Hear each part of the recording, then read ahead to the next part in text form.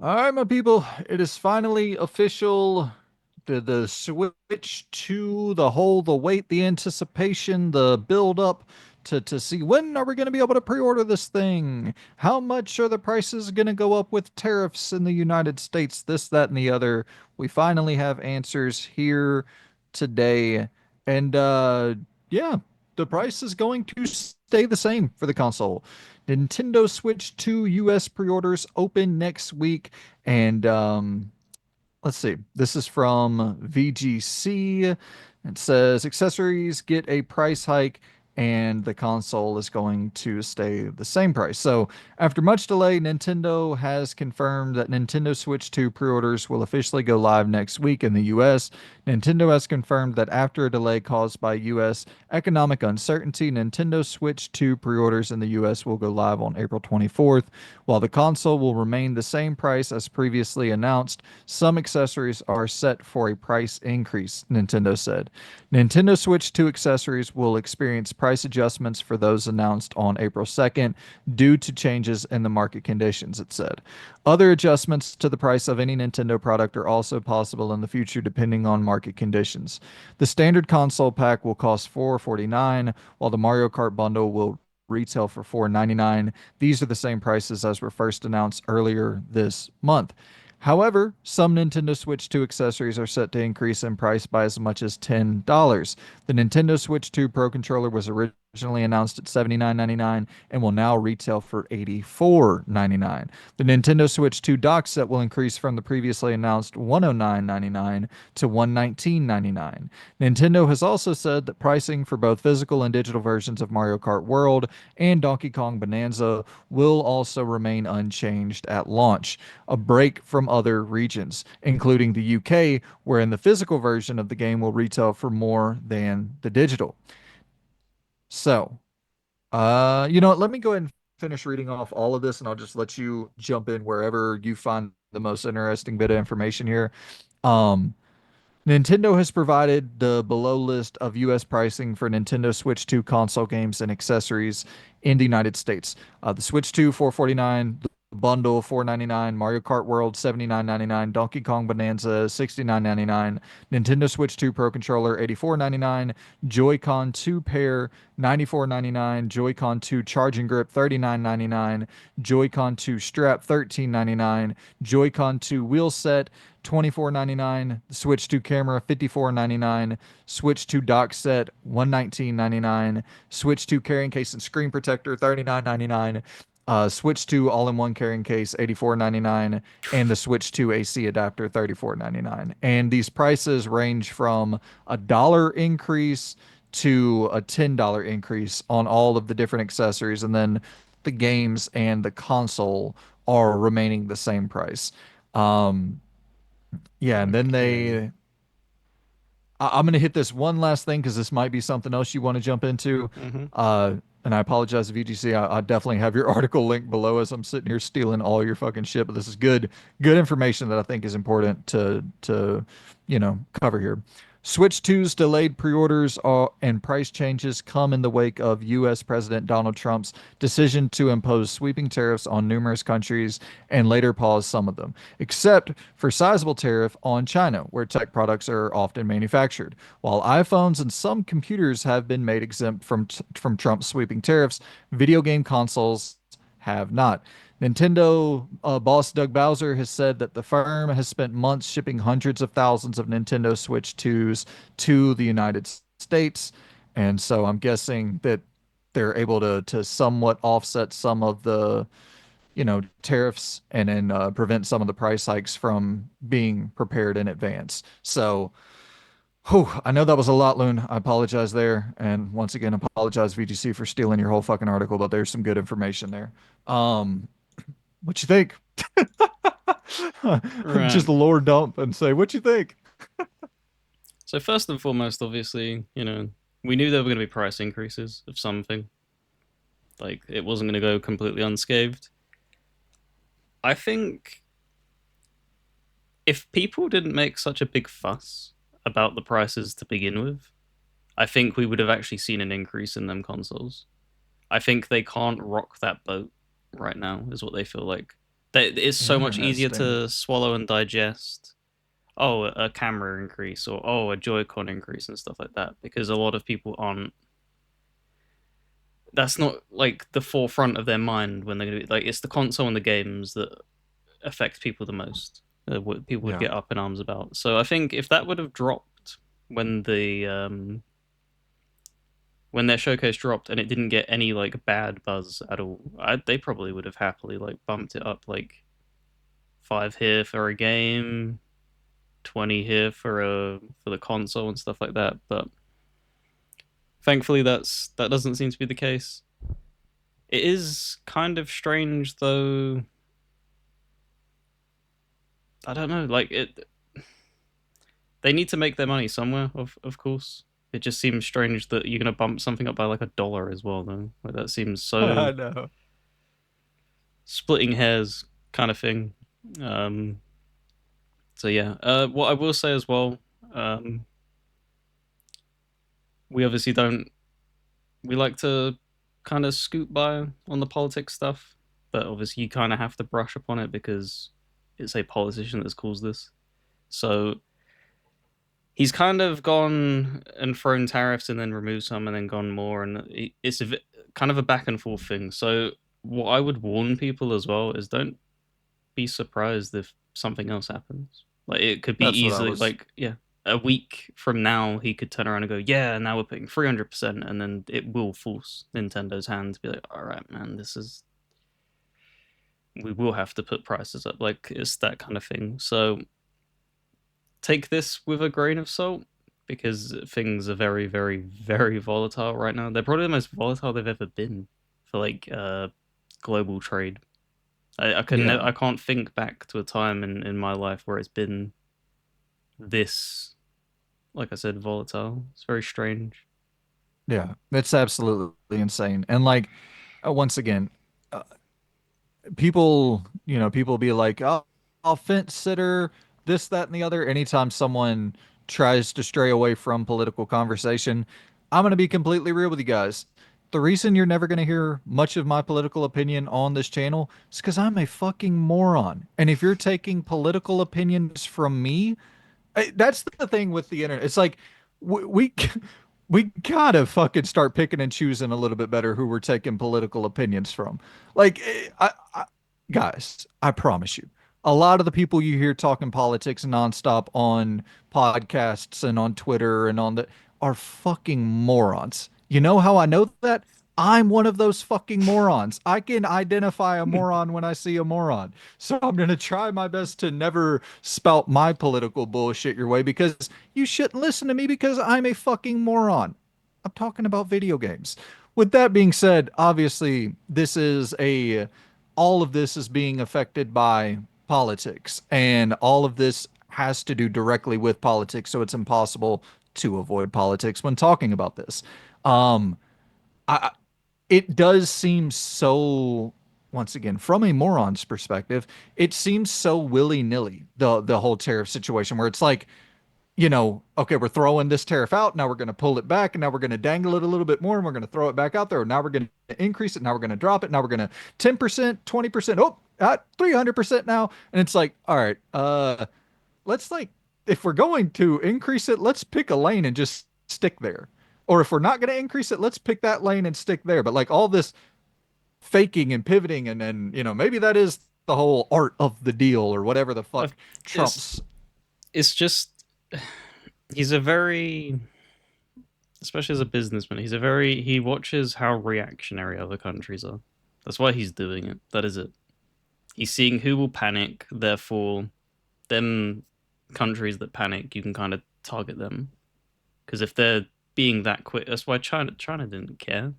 They threw tariffs on them. It was like, all right, they did it again.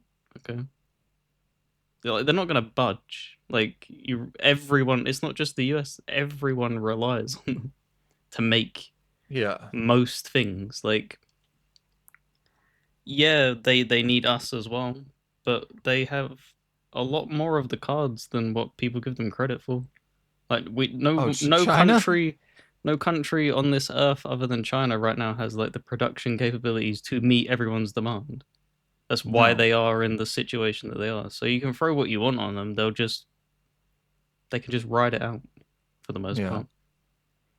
Well, and it's the thing too where unfortunately, like, and once again, golly, it this is I it makes my skin crawl even trying to talk about this because I'm like, here we fucking go.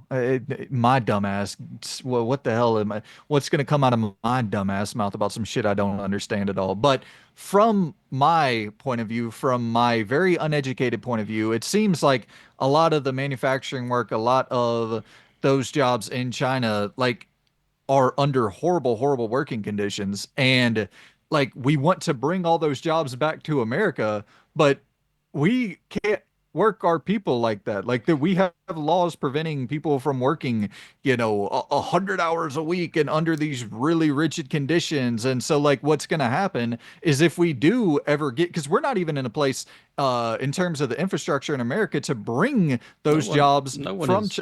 That's the thing. yeah. No, because everybody has outsourced it. The thing that kind of like would easily put this into like perspective for a lot of people is it's been like that across. It's not even just production for like goods. Even just like, for instance, like Jackie Chan when he came over to America and he wanted to do all of the acting over here. Obviously, like Hollywood's massive. That's where you want to be. And when he was doing like the Rush Hour movies and stuff, they kept cutting him short. He is such a like. He's like, no, we'll shoot more, and they're like, no, we can't. Yeah. Like, we're not paying you overtime, dude. You clock in here and you end here. And he's like, no, I want to do more. And they're like, no, the union won't let us. Right. So that's the kind of difference of like what I'm trying to get at is if you were to bring production over here, people wouldn't be able to even meet the output most likely because you're not over in China. It's probably much more. They probably work like 15 hours, so barely sleeping, barely like it's inhumane is what Yeah. I'll say, and it's something that you can't replicate in a country where they're a consumer. There's a big difference if that makes sense. I don't think Right. you can ask that of say American people because they're not going to do it.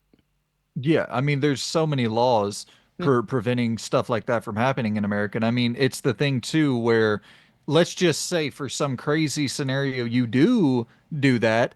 Well, now you're paying these American workers out the fucking ass to work overtime because there's laws that require overtime pay for a certain. So, like, yeah, I mean, there are people who work on oil rigs or people who work, construction work, whatever, real hard fucking work where you could end up in a situation where you're working 14 hours in a day. Nurses, where you're working crazy long hours. But once you go over that 8 hour mark or whatever, like your overtime pay hits the fucking, like people look forward to crossing that 8 hours because like, oh, now you're paying me fucking double. And so that's why we can get products so cheap from China is because we don't have to account for a lot of that. fr- fr- from my point of view, it seems like we don't have to account for all of the excess pay and like if that same product is made in America, it's going to be made for exorbitantly more expensive, for the employee pay, for all of the production rates are going to go through the roof. So it's like And them we're companies going to aren't be going to paying take more as the consumer. because I was about to say the companies aren't going to take that hit.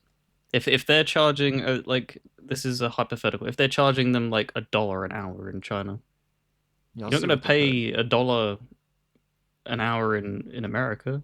That's you can't live off of that. So Exactly.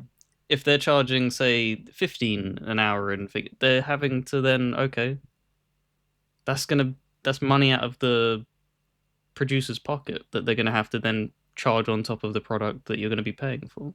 So yeah, Yeah, it's Beijing has the highest pay per hour, which is about $3.07 an hour. So like just in that very, very basic term, uh, America's, which America has way too low of a minimum income. Like it's I think around seven or so. I think it's 725 for the minimum wage that we can pay, 7.25 an hour, which is still criminally fucking low.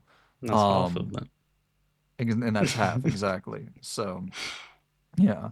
Um, Anywho, man, I mean, I know that it's impossible, like you said, it's impossible to avoid the political discussion when talking about this because it all is political, but it's here. Let's just take the positive spin on this.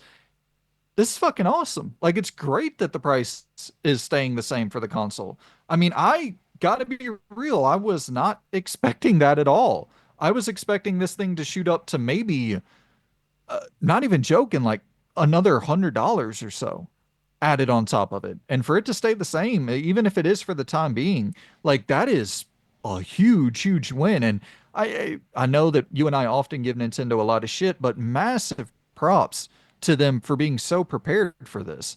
And, saying that they were shipping hundreds of thousands of these units in advance to be prepared for these tariffs when they hit, to already have them shipped without having to really deal with the increased cost for this round, Oh like yeah, you said, that's what I was about to production say. later on. Yeah, that's what we need to keep in mind. Is that they've done that this time. Obviously, they can only get a number of units up. So when these are all gone and then new units demands come in, they could be subject to price hikes. And that's a kind of interesting thought, isn't it? Because if you have a bunch of people on the fence right now who want to get a Switch 2, but they're like, 500. Nintendo could be in a decent position to guarantee that all of them sell by turning around and going, well, in a month's time they might be 550. Yeah, Get them while you can, while they're cheap in air quotes. right. So yeah, it's very bizarre. But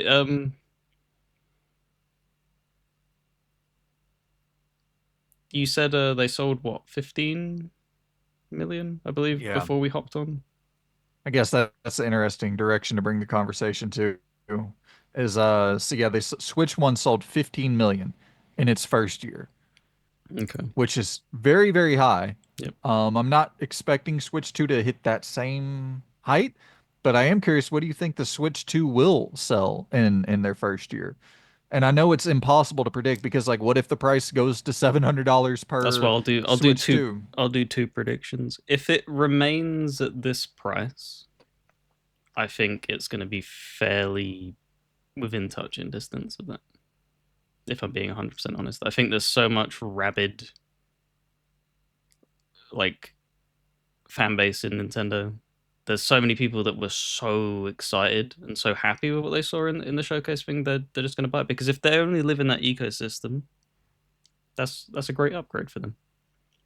Because we look at it through a different lens of power, this, that, and everything, and you're cross referencing from PC specs to PlayStation to Xbox to Steam Deck to the ROG Ally and stuff. But if you're only in Switch, it's just a flat upgrade. So I could see it because most of the games are also backwards compatible, so it's not like they're going to be losing access to the library. So I would, if the price remains the same, 13 million 13. in the opening year. If it goes up,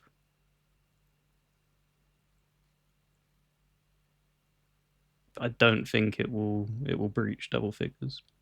I think, especially if Oh it keeps wow. going up, Yeah. I because that's um worldwide units, right? I'm assuming 15 I million, or is believe that so. that can't just be US? That would be Yeah, crazy. I'm pretty positive that that's worldwide. Because obviously I'll look all it of up real quick. these prices vary from region to region. So if things are getting hiked, people are just going to wait. Some people, Yeah, 13 million year one worldwide. yeah, So you're saying, hold up, no, that's not right. Yeah, 15 million worldwide year one. Um, yeah, 15 million worldwide year one. So you're saying 13 million worldwide year one for Switch 2 if prices stay the same as they are and right around now. like nine, Yeah, eight nine nine or million if. if they rise.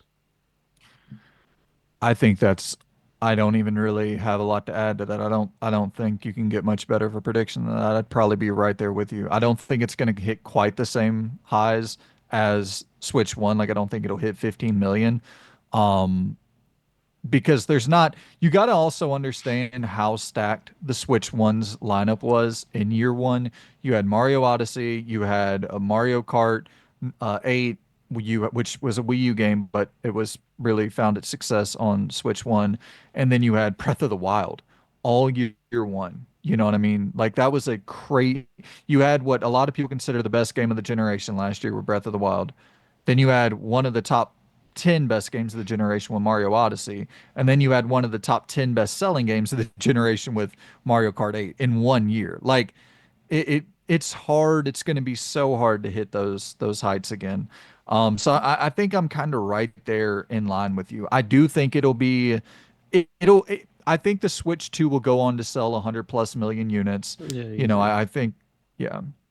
So Yeah. we'll see what happens. I do think there could be some production issues, and maybe I think that might be the biggest uphill battle, kind of similar to PS5, Series X year one, especially with the situation we're in right now with tariffs and all that, where it's just hard to get one, so it's limited in terms of supply.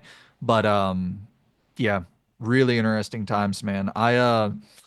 So I saved up money for the Switch too because I was unsure. It was like, whenever we were going in and watching that first reveal event and seeing what was going to be on offer, what exclusive games were there. Like, do I really have to buy one of these things?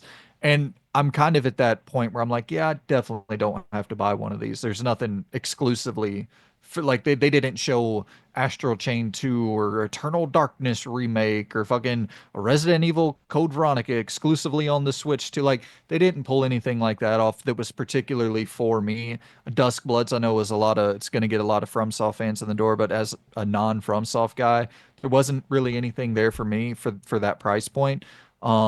If it was like 299 like the original Switch, yeah, fuck it, whatever. But 450, that's a stretch with some $80 games and all that. But so I'm thinking it's like I don't really know what the hell I I got this money just kind of sitting there, and I was kind of thinking maybe I'd go and I, kind of debating on waiting for that Xbox handheld, seeing what that offers up. But I was also looking at the ROG Ally.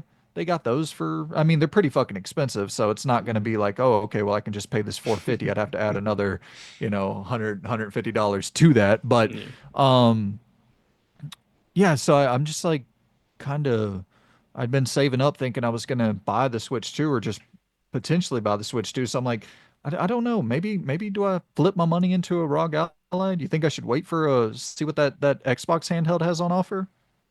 Yeah, as it's fairly it's leaked to be relatively soon, the reveal. I Yeah. think it'd make sense to at least see what that option is. Um, but yeah, that Rogue Ally is meant to be pretty good for what it Yeah. is. Obviously, even the Steam Deck is it's not a bad unit to like Yeah, game on and stuff. It has good like emulation quality as well. the the reason I actually am going to go with a ROG Ally over the Steam Deck is because you can just go in and buy them at Best Buy, and you can't do that with the Steam Deck, which is kind of wild. But like you can just over here, you can walk into a Best Buy and pick up a damn ROG Ally, and then if it's because I know that everybody has issues with PC shit, so like if I do run into an issue and for whatever reason games are annoying as fuck to configure for it and I'm tinkering with settings and just doing all that dumbass shit, I'll just take it back. Um, and like I go into my Best Buy all the time. I buy so much stupid fucking tech that barely fucking works and I got to take it back. So they're familiar with me. Oh, But I he's bought back a again. dude, I've bought so much shit from there. Where do I have it? Um I don't know where I put it, but I got a capture card from there that I still haven't fucking used. I barely works with my internet. It's like I bought what is it, like a Stream Deck thing that I was going to be able to plug like the XLR cable in for the microphone to get better audio and all this shit that doesn't fucking work and it's I hate technology, dude. I hate it. I only like the software. I hate everything about hardware. Love the software. Anywho, we're just rambling at this point. Jesus Christ. The Switch 2, it's gonna cost what it was gonna cost. How about that Unless it's for the your head? accessories. There you go. That's what I'll title the video. The Switch 2 is going to cost what it was going to cost, dot, dot, dot, except for the accessories. Those will cost more. We appreciate you for tuning in, and we'll see you sometime very soon. Stay tuned. Subscribe if you feel so inclined. Goodbye. See you later.